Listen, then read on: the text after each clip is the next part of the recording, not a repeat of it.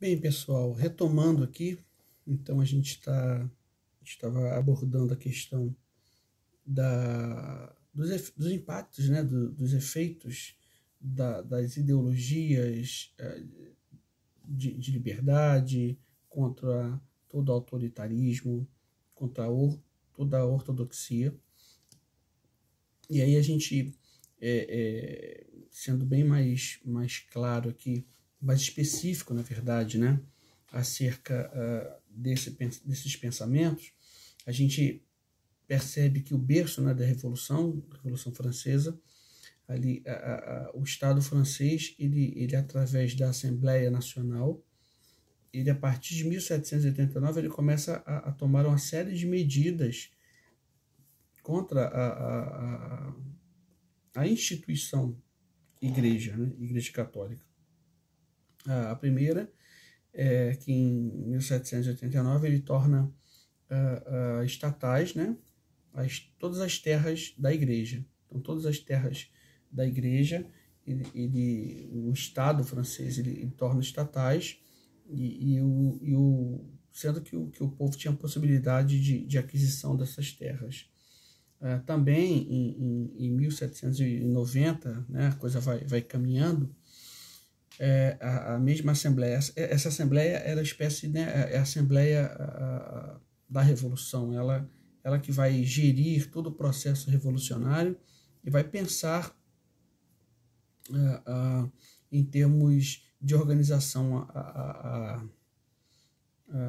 o governo, enfim, as ações. Agora, algo que fica muito claro, precisa ficar muito claro para a gente, é que esse pensamento de busca pela liberdade, de igualdade, enfim, de racionalidade, de anticlericalismo, como eu disse, mas sobretudo de racionalidade, ele vai, sabe, inundar todos os aspectos da sociedade francesa. Então, a partir desse momento, a Assembleia, né, ela vai tomando uma série de medidas que vai exatamente ao encontro dos anseios do que a Revolução propalava, né, essa Assembleia Nacional. Então, o que acontece? Em 1790, os mosteiros são fechados por lei, né? Em 1790, os mosteiros são fechados, e começa-se a Assembleia ela aprova a Constituição Civil do clero, ou seja, passou-se a ter no máximo 83 bispos, ou seja, um bispo relacionado à quantidade de províncias que se tinha. E esses bispos, esse clero, né, ele ficou sendo remunerado, provido pelo Estado, e esse clero ficou subordinado ao Estado, não mais ao Papa. Ao Papa, né, ele ficava apenas sabendo ele era apenas informado, mas tanto a formação, a eleição e a manutenção desse clero na França era provido pelo Estado. Então, olha que interessante. Repara que ali entre os anos 1793, 1994, 95, há uma dissociação, um divórcio completo entre a Igreja e a França, né? O governo francês, que é exatamente o momento em que se tem o chamado reinado do terror na França, onde qualquer um, inclusive líderes foram mortos, né? Qualquer um que ia de encontro aos interesses revolucionários era morto. Então, é nesse momento que a igreja ela fica cada vez mais subserviente. E, olha que interessante, os mais radicais em relação à religião, né, os ateístas, eles chegaram a coroar uma rainha, uma deusa da razão dentro da Catedral de Notre Dame. Inclusive, essa pessoa, né? Era uma moça, era uma dançarina de ópera, de moral meio duvidosa. Então, repara que na França houve essa exacerbação da secularidade e, sabe assim, quase uma ojeriza a tudo o que relacionava-se à igreja, à cultura cristã, a ponto de se ter um novo calendário, porque o calendário gregoriano utilizado pela igreja, né, que tinha um domingo como dia de descanso, feriados de santos, isso não servia para a Revolução, né? Então criou-se o calendário republicano, que ele funcionou aí de 1793, se não me engano, a 1804. Ele só é mudado depois da ascensão de Napoleão em 1799. Então, olha como é que foi a coisa, foi radical na França, né? A gente precisa entender bem essas questões para a gente pensar e perceber muito do pensamento da época e muito do que reverbera, inclusive, nesses tempos atuais que a gente vive de modernidade. Robespierre, né, um dos líderes que depois acabou sendo também morto pelo próprio processo revolucionário. É muito interessante a gente pensar isso, viu, gente? Porque ideologias, as pessoas batem muito na religião, né? Mas ideologias também, elas frustram as pessoas, né? Essa ideologia de igualdade, liberdade, todos seremos iguais perante a lei, o governo vai prover a todos. É uma utopia, sabe? É algo que não funciona. A gente, de novo, eu falo sempre para vocês, né? Não comprem o pacote. Não comprem o pacote. Então, o que acontece, gente? Após esse período de terror, de dissociação, de divórcio tão grande, nesses primeiros 10 anos da Revolução Francesa, quando Napoleão Bonaparte ele assume o poder, ele dá esse golpe de Estado, né, e se autoproclama imperador, etc., ele vai paulatinamente voltar a dar novamente condições para que a Igreja Católica ela pudesse subsistir dentro da França.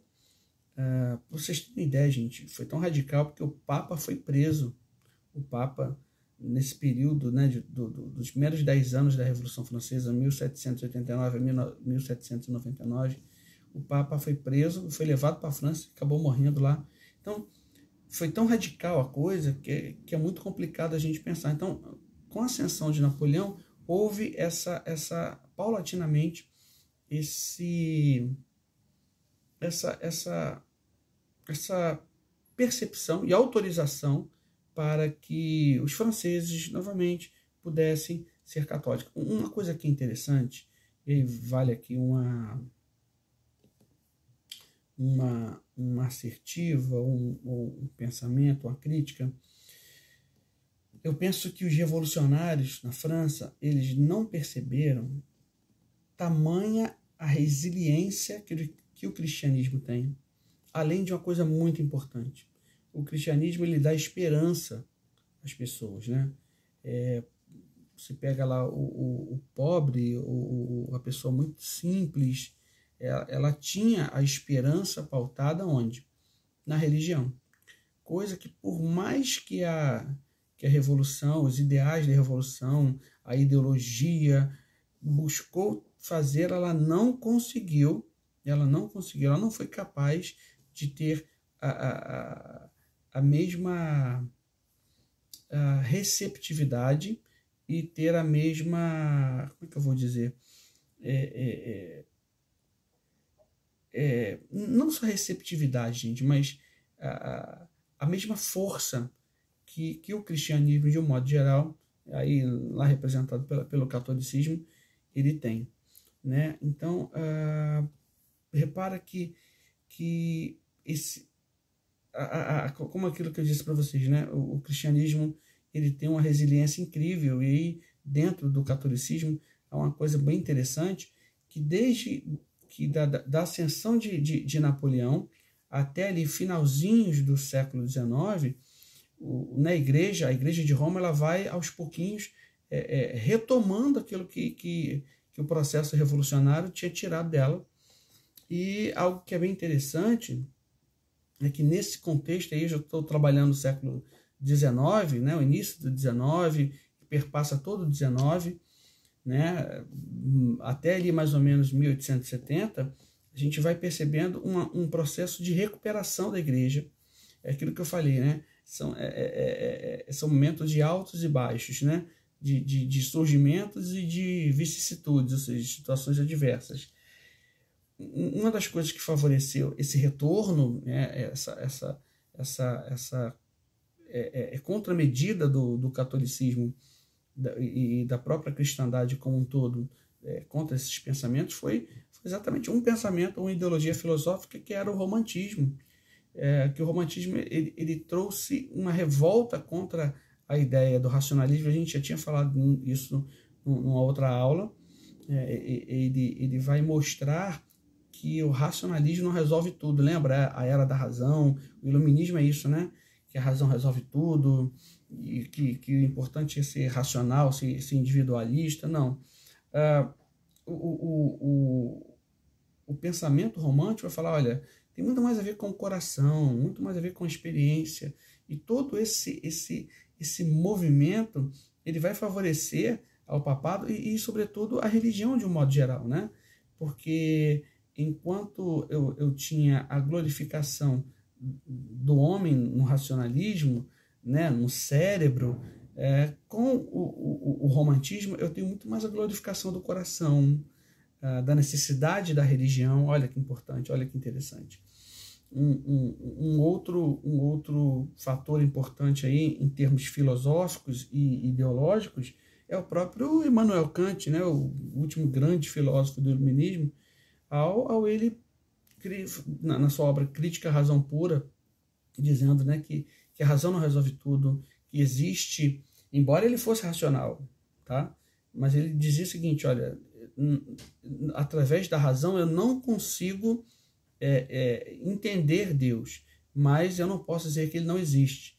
Então, a própria questão de Kant dizer, olha, né, pode-se entender a existência de Deus não pelo viés racional, mas por um outro viés. Aí ele trabalha o conceito numerológico dele, a própria questão da imortalidade da alma. São uma série de pensamentos e de mudanças de pensamentos que vão exatamente favorecer o quê? Que a religião colorida, ritualista, sensorial da Igreja Católica pudesse de novo tomar as rédeas, né, e começar um novo processo de retomada de crescimento. Ainda no século, falando do século XVIII, 1773, o Papa Clemente XIV, se eu não me engano, Clemente XIV, ele havia dissolvido, né,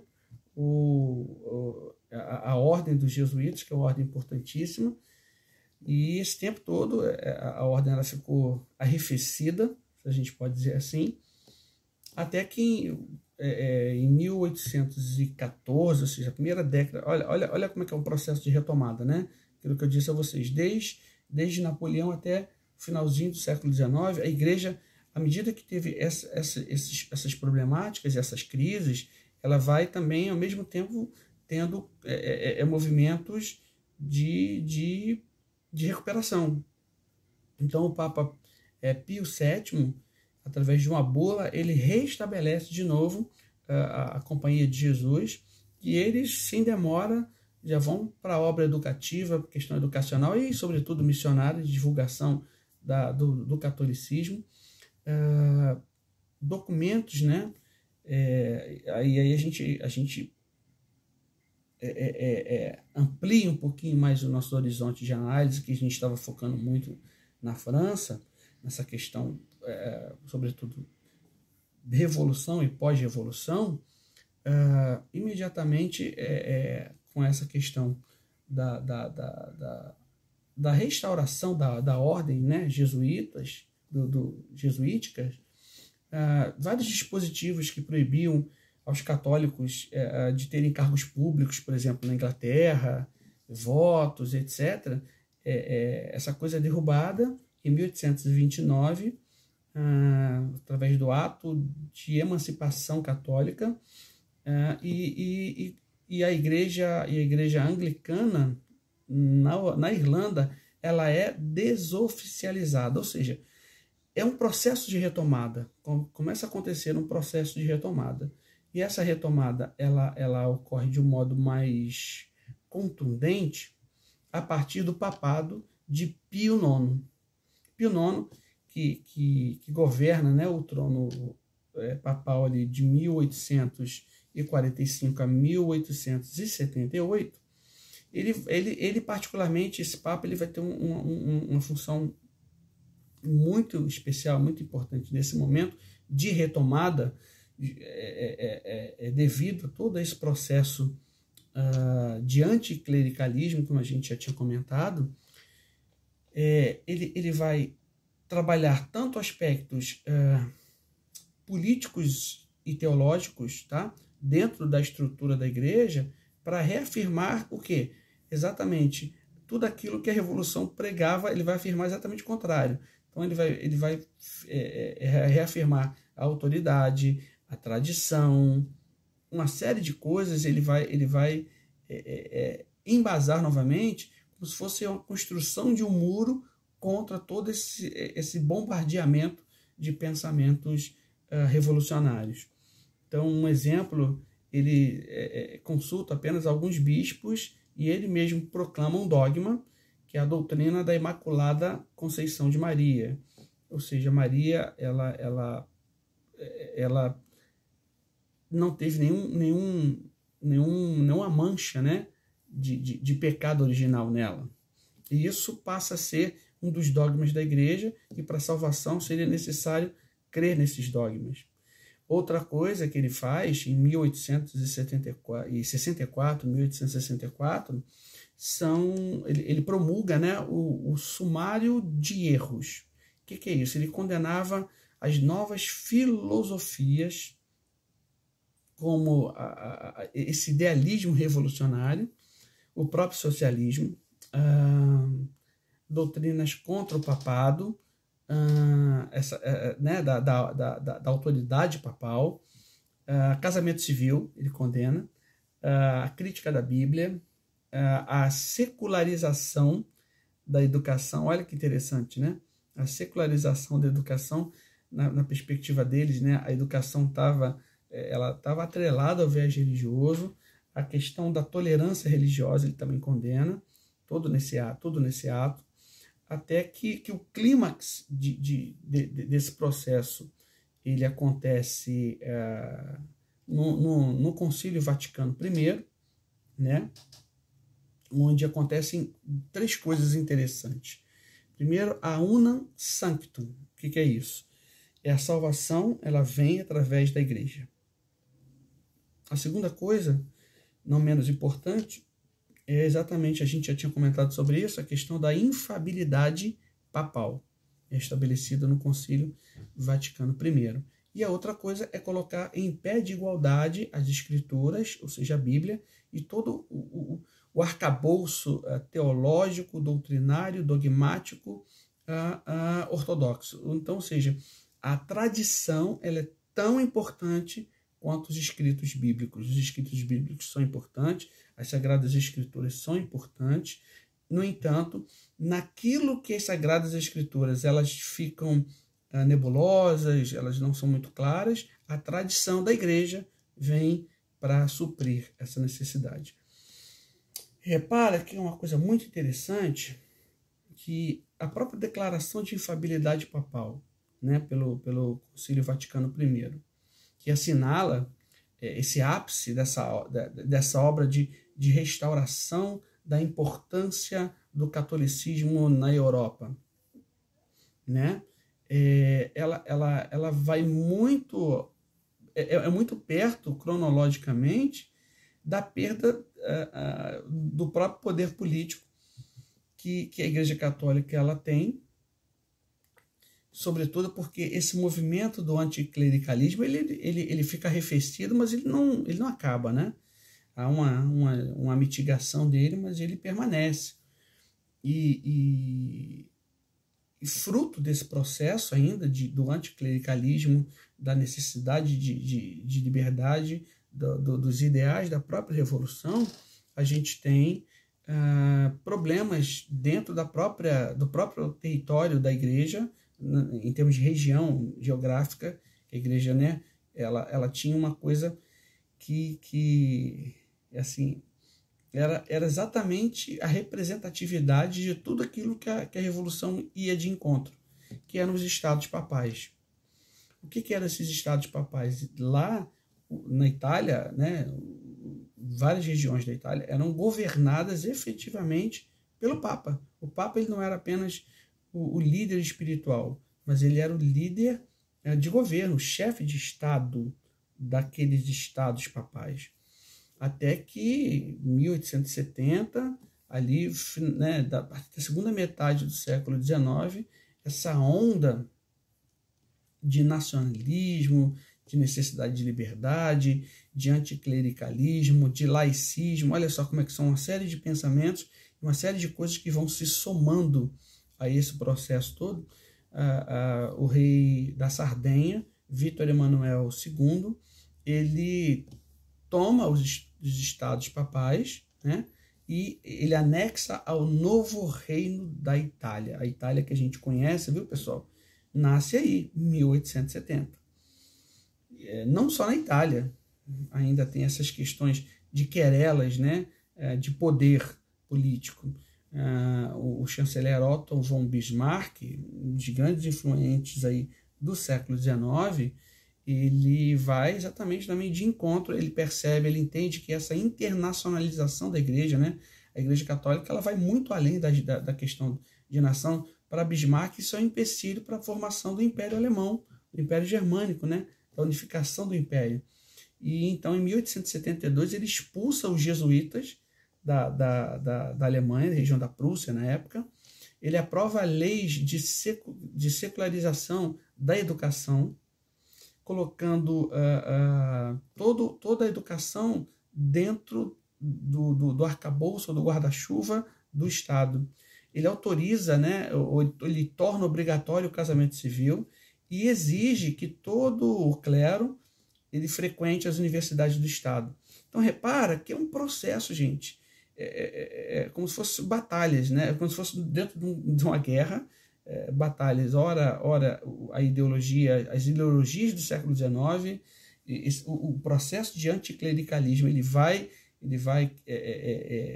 crescendo, e ao mesmo tempo a gente tem uma onda de tradição, de busca pela autoridade, de religiosidade, encabeçado sobretudo pelo papado. Então, só para a gente pensar como que essas coisas elas vão sendo trabalhadas, voltando, então a gente começou aqui a pensar na França, né, que é o berço do processo revolucionário, e aí a gente teve algumas questões na própria Inglaterra, na própria Alemanha, na Itália, né, com a perda dos estados papais, e aí quando a gente pensa de novo na própria